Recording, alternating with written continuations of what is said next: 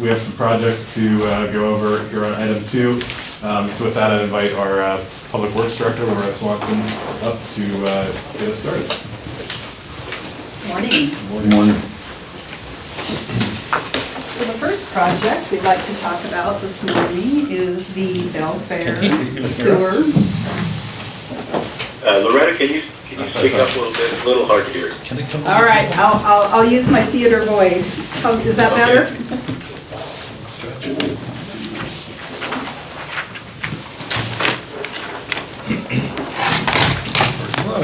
We're trying to move you to the table, Tim. Give me a minute here. All right.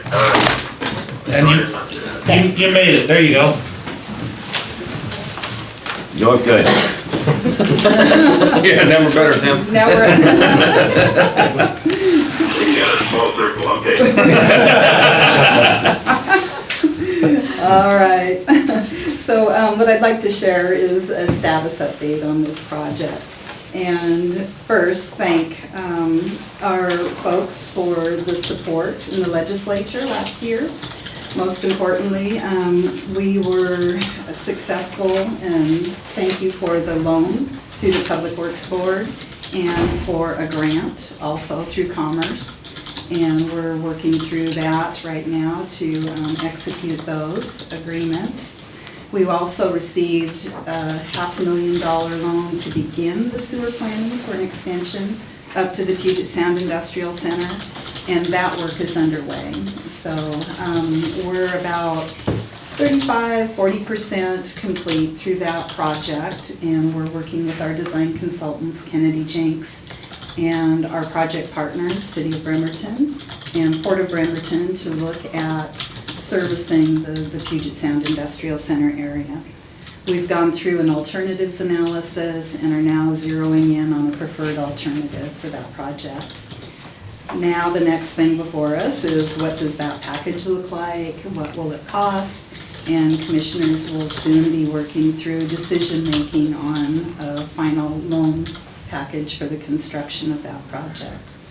And as you know, this will, we're forwarding this work to alleviate a very challenging financial burden on the Belfair facility. So the paper that I handed out, and Senator Sheldon, I can shoot you an email of that.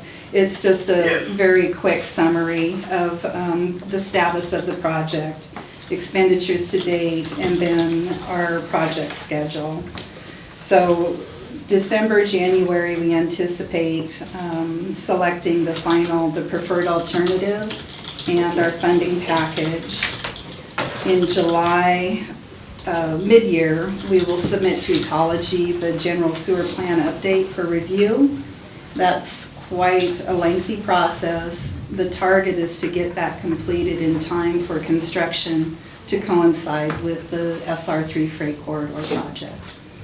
We've got a little urgent design issue going on right now because the MTA roundabout at SR3 is under construction. We're super excited about that, but at the same time, we need to figure out ideally how to install a sewer crossing at the same time, which that project is way ahead of our design process. So we're doing our best to figure out how to get some pipe in the ground basically and take advantage of that construction at this time. So that's just a real quickie on that project. So of the, on the $2 million from the capital budget, my bigger concern there is that being spent within this biennium. When does that get exhausted, that $2 million? Because we don't want to have to go through that heavy lift of getting it again. Exactly. So we will start expending that, excuse me, probably right around mid-year. Okay. Is that timing okay? Should be. Yeah. And then when would it be gone? It would be gone. Would it be gone by June 30th of 21? That'll be tight, because I think we would start eating, we would use a portion of that for construction as well. And we don't go to construction until mid-year 21. Loretta, would the sewer line cross the highway at the roundabout? Yes. Okay, so it would go up that side of the highway would be the west side of the highway, right? Yeah, I mean, the crossing could go, there are other locations that the crossing could be placed, but we're thinking if we could do it in conjunction with the roundabout construction, that would probably be ideal. Otherwise, it's a different construction that would be much more costly. Okay. Well, the Public Works Board was in my office on last week. I don't know if they visited Drew and Dan or not, but they're real excited about the project and grateful for your help, and they think that it's going along quite well. So the other big issue for us, I think, is they're a very large company to Washington. They came in and talked about facial recognition, but I also asked them about the rumors of purchase or options on any property that they might have in Mason and Kitsap County. So we'll probably learn about that here real soon. Yes, and I'd like to thank the Public Works Board folks as well. They've been awesome and very, very, I'm lacking my word here, but very creative, ingenious in figuring out how to package the projects for us, and just really wonderful folks to work with. And now Commissioner Trask is a member. I don't think you've had a meeting yet, have you? Yeah, I But, attended my first one attended my first one the first of this month, so pretty excited about that. Congratulations. Thank you. Well, just reiterate, the more of that you can use before the end of the biennium, the better. Absolutely. Not worried about the 8 million portion of the Public Works loan, that's a different category, but the other, Yes. those, there can't be assurances that those funds would be there on July 1st of 21, Right. because it's a different budget, and those can easily get swept into different projects if they're not used, so. And then it takes us 6 months to get it reappropriated. Right, yeah, so you would end up with a significant lag. Yeah. When would you anticipate would be under contract? For the, It would be before, would it be under contract before July of 21? for construction? Yes, ideally, yes. Yeah, I believe 2 to 3 months prior to that. Mhm. Yeah. Okay. And Commissioner Schuette's been great in relaying that same exact message. Come on, Loretta, Yeah. light the fire. Okay, Okay, any other questions on Belfair Sewer? Okay, No? thank you. culverts. Oh, Diane, you want to come up and chat about? This is our county engineer, Diane Sheatley. Hello. Good morning. Good morning. I don't have a great handout like Loretta, but we do have a lot of work coming up, and we've been partnering a lot. We have a lot of funds from the Fish Barrier Removal Board, and then we also have funding through the Crab Board. So our upcoming projects, we have culverts on Deegan Road and Sheldon Valley, which are part of the Coffee Creek system, so this works in conjunction with the big washout project.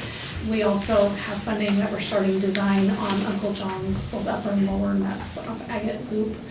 One of those we're considering not replacing it, possibly is one of our options we're looking into, and just really opening that up to get a lot more than just fish passage, but just a larger environmental positive impact. We have Dayton Creek and Shelton Matlock Road culvert is RATA funds. We just finished the Highland Road culvert, which was RATA funds, and so I think everyone here is aware that the passage of the $3 car tab fees does have not as big of impact as to some agencies, but it has a small impact for Mason County. So we've been talking with the Crab Board about that, as they're one of the funders of our culvert projects. So, That $3 is not affected by the 976 initiative, is it? which one? I'm sorry.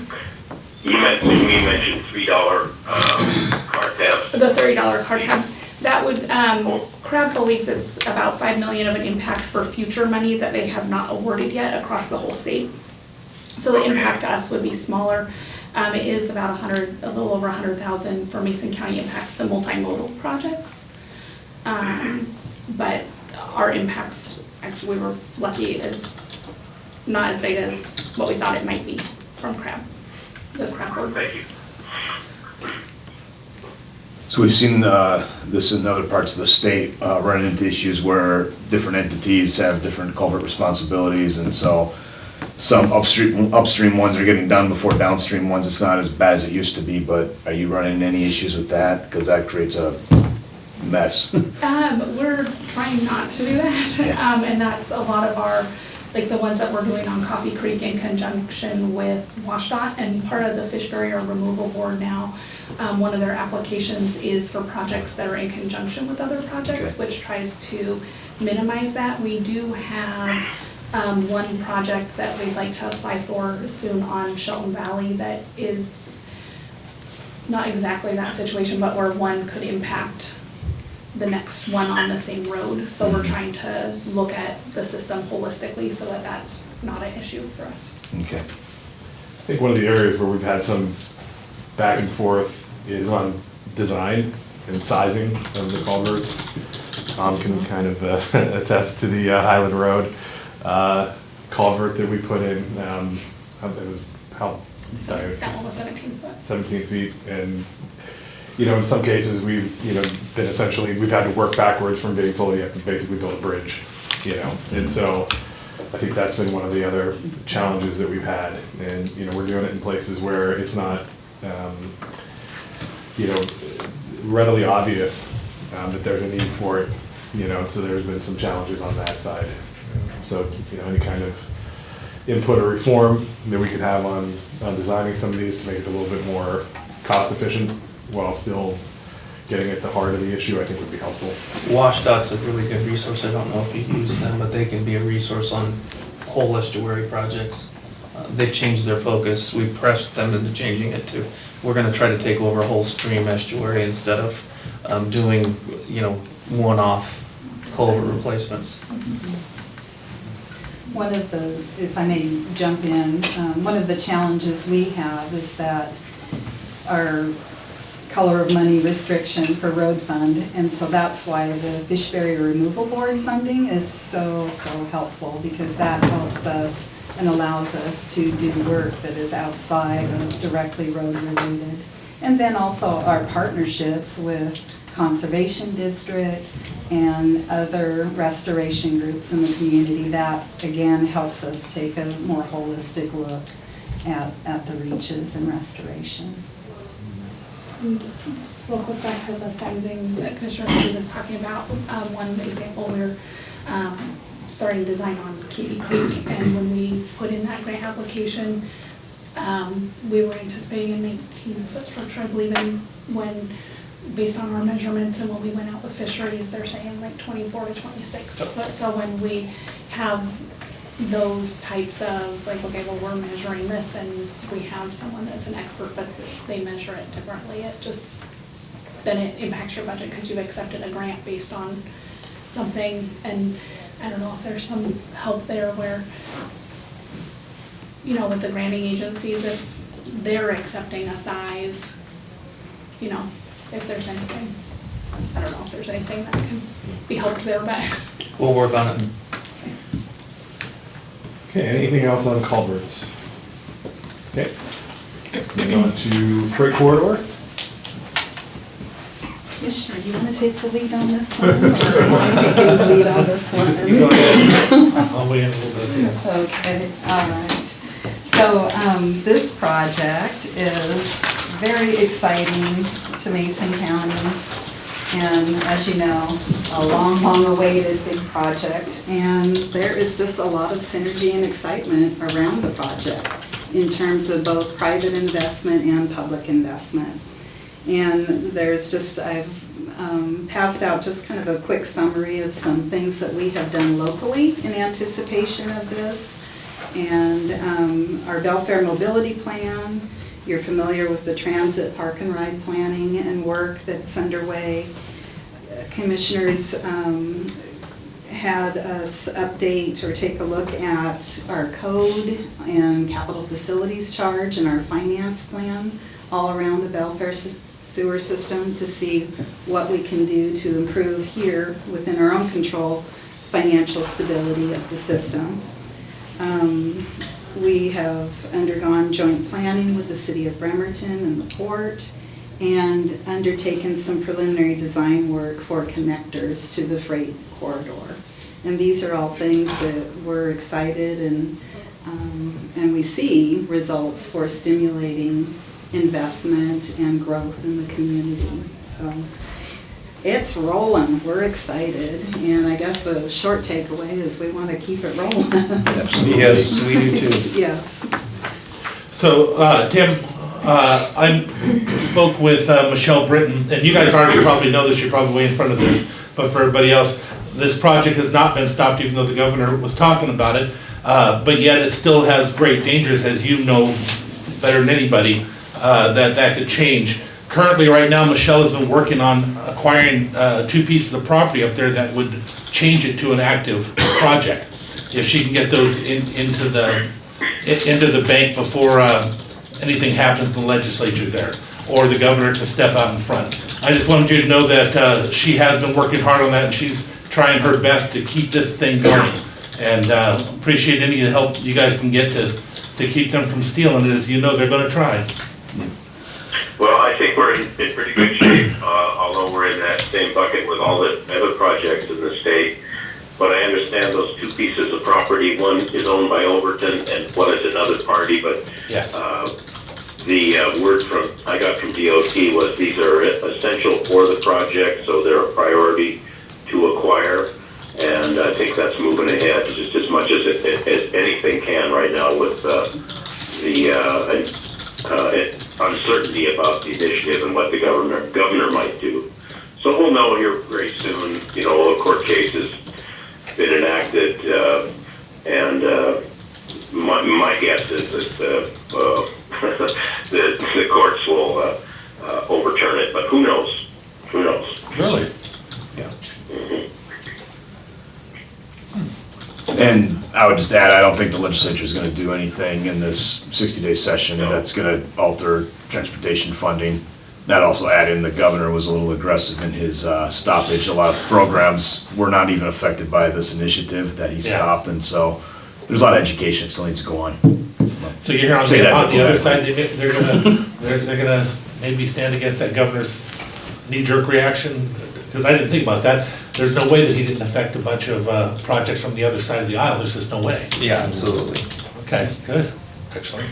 Well, I think the Senate will, what I heard Dan at hearing over the interim, and Senator Hobbs said he's going to write a budget given whatever dollars we have. I mean, that doesn't mean we'll enact the budget, but we still have to look at what we would do if the courts uphold the initiative. Okay. Well, I guess more to come on that. We'll stay tuned. Yeah. Yeah. Okay, so Johns Prairie intersection with SR3. That one's me. Tim, you know, being here as a commissioner for all those years, you know some of the projects, some of the things we've looked at to try and fix Johns Prairie. Well, during this process with the freight corridor, there's a young man that works for DOT that has not been there long enough to live within their box. And he went out there and God bless him. That's good. No, it was wonderful. He saved millions on the freight corridor by, when they were out there looking to put a bridge over the top of that canyon, simply saying, well, why can't we just move it to the inside of the canyon? And with that, it saved millions of dollars, and this guy's just a little bit different. Well, Michelle and them actually got permission to send him out to talk to me, and I took him to the intersection there at the four-way in Belfair, and he gave me some of the ideas and things that he's thinking about there and some stuff that he'd seen in the past. But the real interesting thing is I took him to Johns Prairie, and as he explained, it's got only 40% of the traffic that Lake Flora has, but more accidents than Lake Flora has, and Lake Flora is horrible. So he sat there and he walked it and started looking around using that young brain of his that's not put in that box, and he actually thinks he came up with a solution. And this solution is nothing like any of the monies that we had looked at in the past. It's a type of a roundabout that would have a slip lane because the trucks are too big trying to get out there. They would have a slip lane that comes off, goes directly up John's Prairie, but you'd have to only take away about 8-10 feet of the bank to make this happen. It goes back to the regular road. What it would do is it would give the whole road that already exists and a little bit of that turnoff for access to the people coming down the hill to go into this oblong roundabout. The young man was pretty brilliant, and it was so amazing to watch him work. Well, then, of course, as soon as that happened, got all excited, and then he got in trouble for coming up with too much and too quick. So now, with that, I had some phone calls and conversations with some of the bosses there, and they were really worried about it. And I was explaining to them, all I'm asking is to put this together so that we can bring it forward at the county. I'm not asking them to fund it or anything like that. If we come up with a project, maybe we can have some matching. There's some ideas that we can do to get this thing built, but we just need to have a drawing. So now they have me set up with Sarah Ott, and I'll be going to meet with her so we can go backwards through this project to get it done the way they like it done, through the right people, and then bring him in at the end. So I just wanted to give you a heads up on that. For somebody that was here and looked at that other road that would have connected and brought it down Mason Lake and the costs that were involved in it, this could change it from, between 5 and at the most 15 million, which is a huge difference and would save so many lives. So as soon as I get some more paperwork on this and we see some designs, I hope to come and show it to you guys. Well, I don't want to interrupt, but what you're saying is a roundabout there. So if you were coming from Sheldon, you could swing around and then head up the existing road. Yes. Right? Yes. And now it's just so impossible to make that kind of turn anyway. Yes. And well, it might be a solution for it. Yeah. Well, and imagine the people coming down the road being able to use the footprint of the whole road you have now, both lanes, because the slip lane would come off to the side. And he took me out there and we walked it. There's actually enough room after that bridge to cut it in for a slip lane. We'd only have to take out about 8 feet of that bank. And that's doable, where before we were looking at, trying to take out 40, 50 feet of that bank, and that would never happen. And he thinks he may be able to do it in less than 8 feet. But pretty interesting stuff. Just wanted to keep you in the loop on that, because maybe coming to all three of you guys asking for help, that'd be a godsend for our community if this kid is right, and I think he is. After he showed it to me, I don't have to be smart enough to have the answers, but actually smart enough to know when I hear them. When he was explaining it to me, I'm like, that work, I see it, it can work. And it was very simple, God bless him. Yeah, great. And then this might be a good place to add, Clifton, Old Belfair Highway and 300. Yes. So that intersection has long been an intersection of focus and highlighted in our sub-area plans and most recently in our Belfair Mobility Plan update as a need for an intersection for improvement. High on our list, not so high on DOT's list. So we need to work through with DOT and begin advancing that project. We did notice that as part of the SR3 improvements through Belfair, that traffic basically started using the old highway, and so the patterns changed. And even post-construction, the patterns remain changed. So it has placed an even bigger load or impact on that particular intersection. So. And with that, we have a landowner that is interested in trading some of that land for access onto Clifton. And you remember where that old house used to be? It was a wetland thing. It turned out it wasn't exactly a wetland. And I should have remembered that growing up out there. There was a big culvert that took it to that underground stream that's been blocked for 10 years. And when he unblocked it, lo and behold, the wetland dried up pretty quick. So. Didn't we, one of the commissioners, we had some discussions with DOT about doing some trades there, because one of those, isn't one road, short piece, still a state highway, and the other piece there where you come down to the intersection is a county road? That's correct, yes. And actually, as part of the SR3 improvements, Clifton Lane was signed as SR 300. But SR 300 actually runs north-south up to Old Belfair Highway. It runs in front of the QFC and the hardware store. That little road is actually SR 300. Would a trade facilitate things? Not necessarily. DOT still has 2 legs of that intersection, and we have 2 legs, so either way it shakes out. We've both got a share of it. They're getting ready to pave it this year. And so that young man, again, he's sitting there looking at different options, and we hope to bring something forward there, but I don't know how much that'd be through legislature as much as it would be just internally trying to figure an answer to doing some type of maybe traffic circle or something there. The one thing I did hear is a light would not function very well there because then it would back right up into Highway 300. Right. Or right up into Highway 3, and it would defeat all the purpose. Yeah. Functionally, a trade would make sense because Clifton is truly serving as the state route. That's where folks are going. And if we were to talk about a trade, we would need to basically assess valuation, if you will. We have some concerns about how we'd fare on that trade. Okay. If I could just maybe, for simplicity, just call an audible here. Let's move Skokomish Valley up to the next, and then we'll do the district court and jail together at the end. Sure. All right. So this is another very exciting and high-profile project that we've got going in the community. And tight timelines, as you're probably aware of. We were incredibly fortunate to receive both state and construction funding, but that has really triggered a rough schedule. Is the long story short on that. I'll go right to the schedule driver, and that is our federal partners need to obligate construction by the end of federal fiscal year.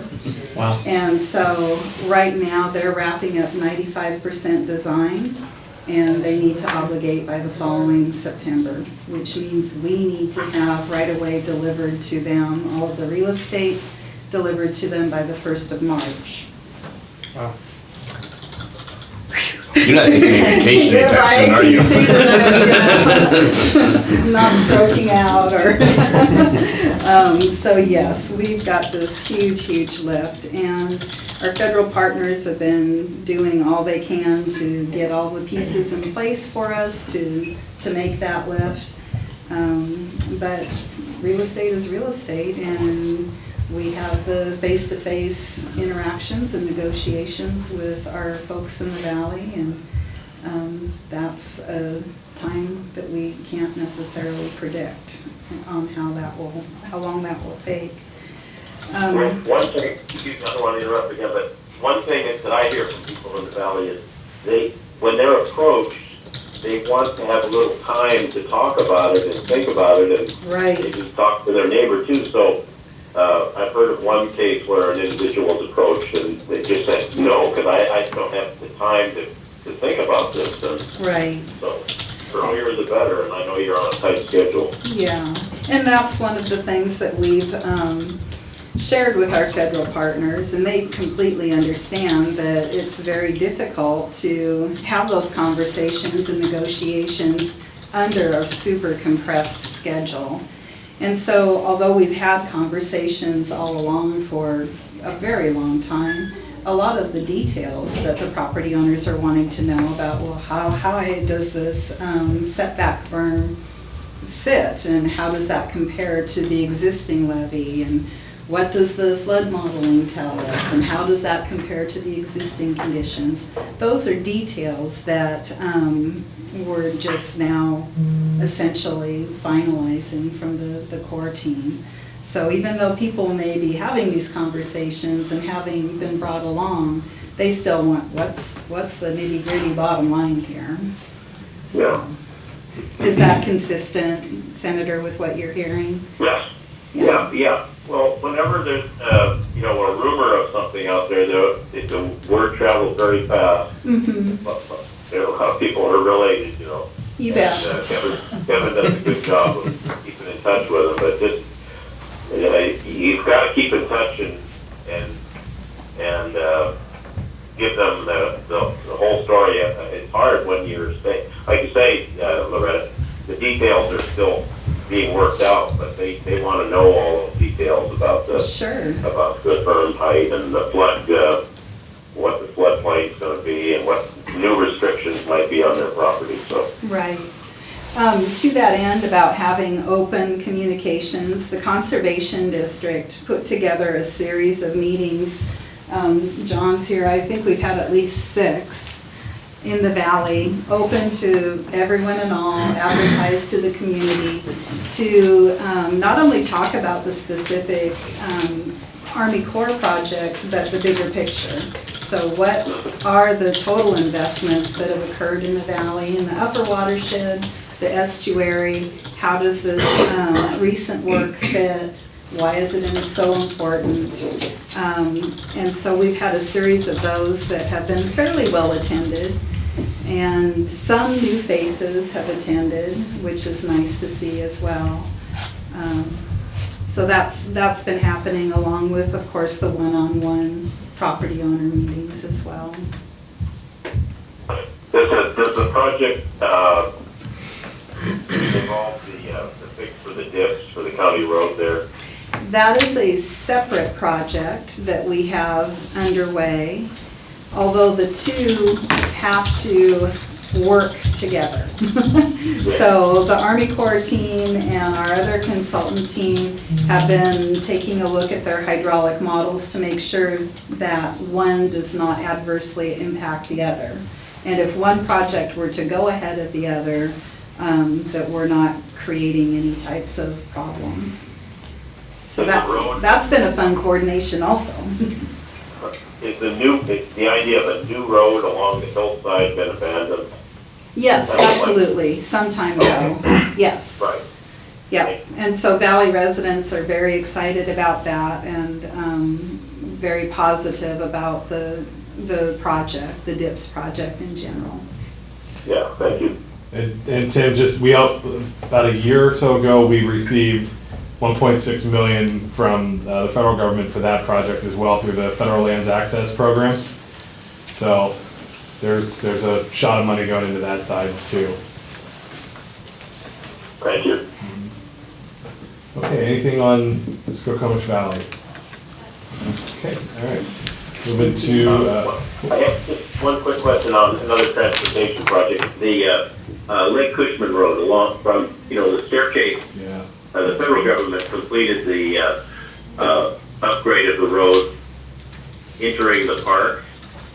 So still we've got that about 2.5 miles from Division 18 up to Staircase. So I understand we're getting closer with the dollars that the city of Tacoma has and the federal government. So have you guys heard anything about that? Yeah, so we've had a lot of conversation with their district ranger, Iwa Lau. She just presented, we had a special commission meeting up in Hoodsport a couple of weeks ago, and she presented at that. And she's been keeping us all kind of looped in as they make progress. They're up against the same thing too, as making sure they hold on to their funding and don't have to go back and fight for it. So I think she's pretty eager to get the project going. Good. I'm sorry I missed your meeting up there, but thank you. Yep, absolutely. Well, you were instrumental in putting the pressure on to get that. I was here with you, I remember. Well, there's so much dust that goes into the lake and those amazing deep potholes. Nobody wants to go through that and break their axle. It would make a huge difference for the public to get to the staircase. I've always kind of teased Norm Dix, and I would poke him and say, gee, Norm, how come in your district you gotta, break an axle to get to the park, but over on the west side, you've got really good access. So let's continue to get after Kilmer. Get this thing done. Yeah. absolutely. Okay, we can move on to, I'll just kind of group Building 10 District Court and Regional Jail Study into one. So this is our effort to modernize our criminal justice facilities. As you are aware, we have a 100-year-old historic courthouse that doesn't allow for a lot of expansion. So that was our thinking when we purchased Building 10. We're going through the permitting process with the city in order to get some work started there. And so we anticipate the bulk of that work happening in 2020, and just trying to find, lock in a design for the inside as we kind of work on the structural side of things at that building. And then the regional jail study, we're partnering with Grays Harbor County on looking at the potential to do a joint jail facility between the two counties. We're about 2 months into that process right now, and have been working closely with our consultants. It's KMD out of Olympia. They have a lot of experience in doing jails. If we do a regional facility, I think it would be, it would probably be the first in the state to have it in that way. And so we're trying to look for efficiencies and, cost reduction through that. And so we'll have more information on the viability of that in the spring. Also, as part of this study, it'll give us an idea of what a standalone facility would look like in Mason County, so we don't walk away with nothing if the regional plan isn't viable. Commissioner, do you have any thoughts? I would love for you guys to consider, I'm not saying you can get it through, but it's worth a shot to go for a 5-year window, doing one of those things that you're kind of famous for, Tim, any county that has one incorporated city on the Puget Sound with a sewer, whatever, a 5-year window for no prevailing wage and no sales tax on the construction of jail facilities. That might go pretty well across the state, even with in Seattle and stuff. That's going to have some improvements that they need. If you do it forever, they'll never agree to that. But just a 5-year window, one something to consider between the three of you, you might be able to pull that off. And to go along with that, I think that would be accepted. At the conference this weekend, met with a lot of the county leaders, and they're all having issues with jails. And so I think Kathy Lambert said that, Councilwoman Lambert said that their jail is the largest mental institution now in the state. And so I think it's a priority that we get something going throughout the state, I think, but especially here. And a lot of the funding for counties' current jails like ours it was state driven back in the mid-'80s when they did sentencing reform. And so, counties, had a large part of that paid for by the state back then. It just doesn't exist now. And so, not necessarily looking for the money to build it, but just looking for some opportunities to make it a little bit more, affordable for us. So we'll definitely be checking back in with all three of you when we get that information and know, what the direction is we're going to go. Anything else, questions on that? Any questions? Okay. Those were our county project updates. We'll move into a fair share funding bill for election costs, and Patty McGuire. Gentlemen, I feel like I'm preaching to the choir on this issue because you all three have been incredibly helpful to us in the past, but the auditors are going to come back again during the short session to seek fair share funding for elections. As you know, everybody pays their fair share of election costs except the state in even numbered years. And that's a $75,000 to $100,000 bill that county taxpayers pay on the state's behalf. And so we are hoping, we will be back. This is our number one legislative priority again, to get the state to pay its fair share during even numbered years. So that's my. Is there a bill drafted already? There is.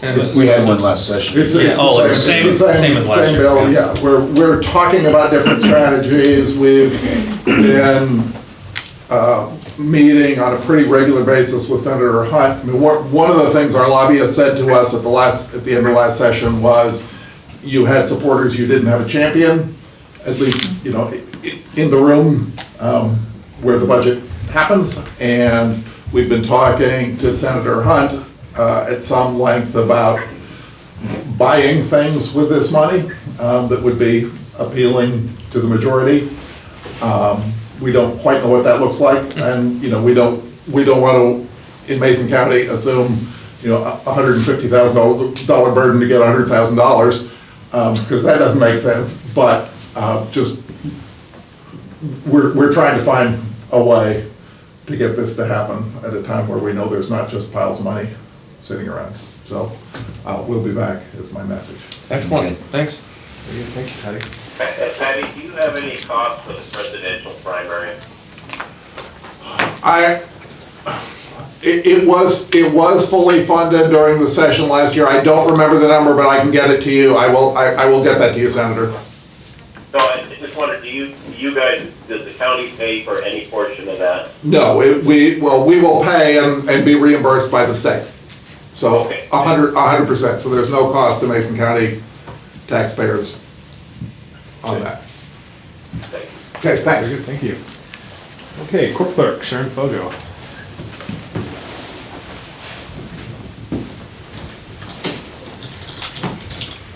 Good morning. Good morning.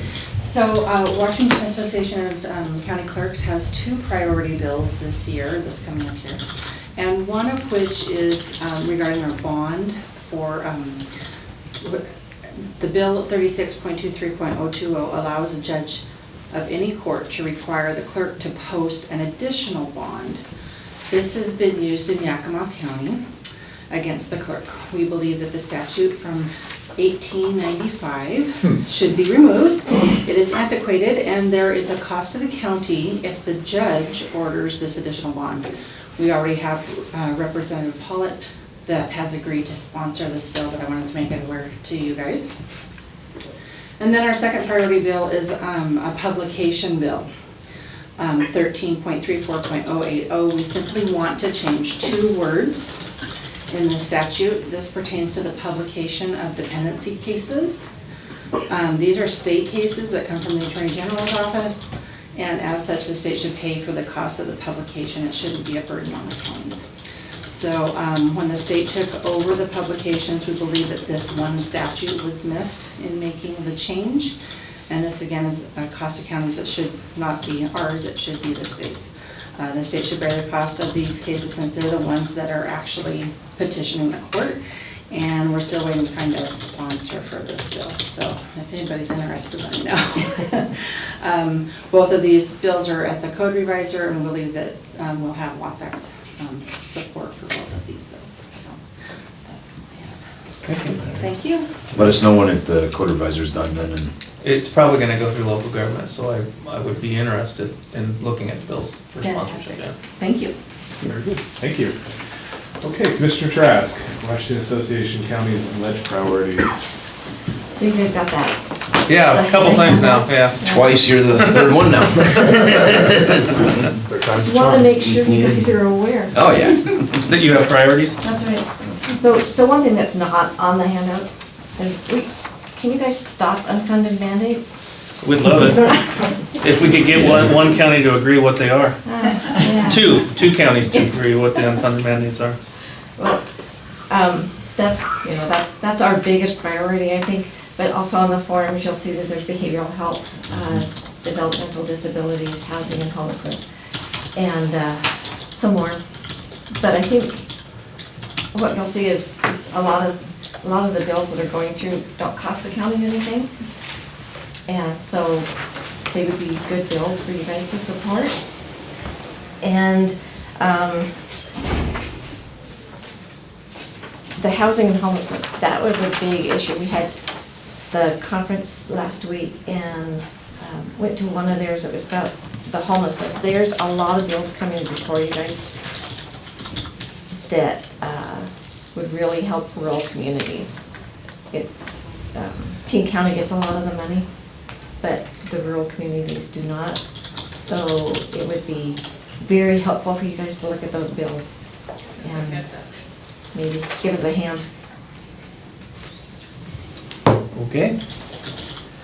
Short and sweet. And there's one part in there that I'd like to talk about for a minute, Tim. The funding for trial court public defense.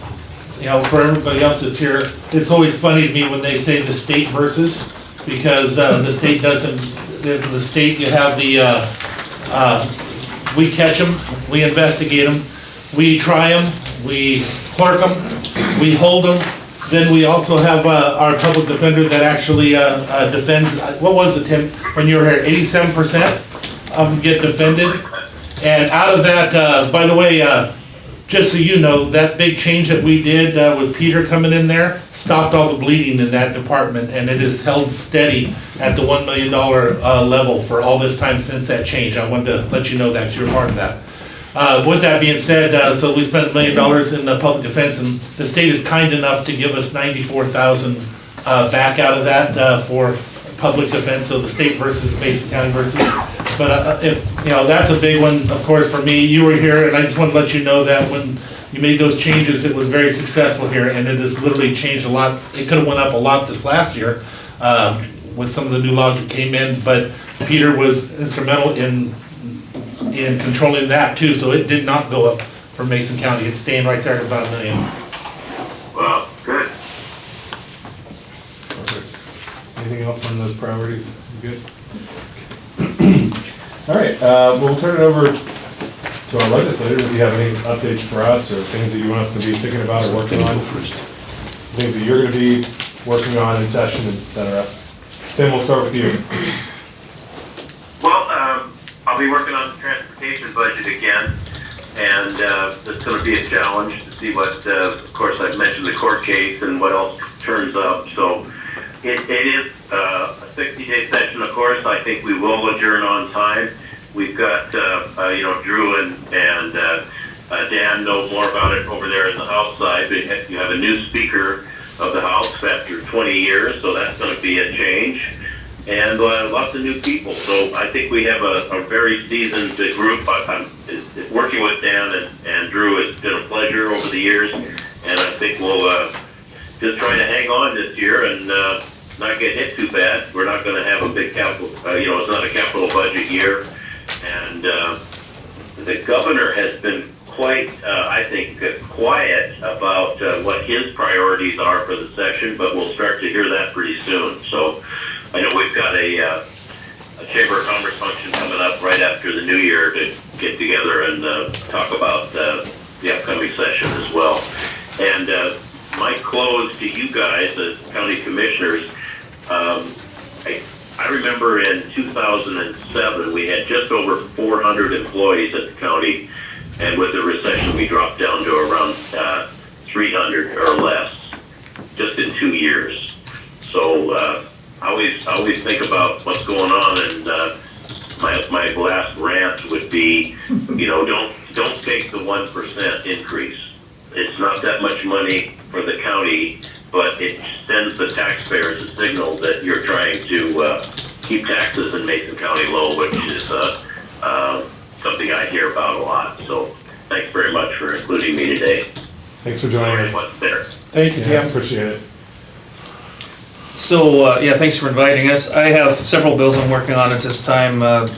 Still working on sexual assault survivors and make sure that we are gonna get our new facility, high throughput DNA facility built on time and get the backlog of test kits done. And that's still gonna be pressure, but it looks like we got a lot of that completed, and we're actually gonna start breaking ground on the facility. And that's exciting. I have a bill that changed definition of theft to try to get at retail crime. So we have a lot of people that the way they steal has changed because of our law in Washington State. If you conceal it in your jacket, it's not a crime. It's only a crime when you leave the facility.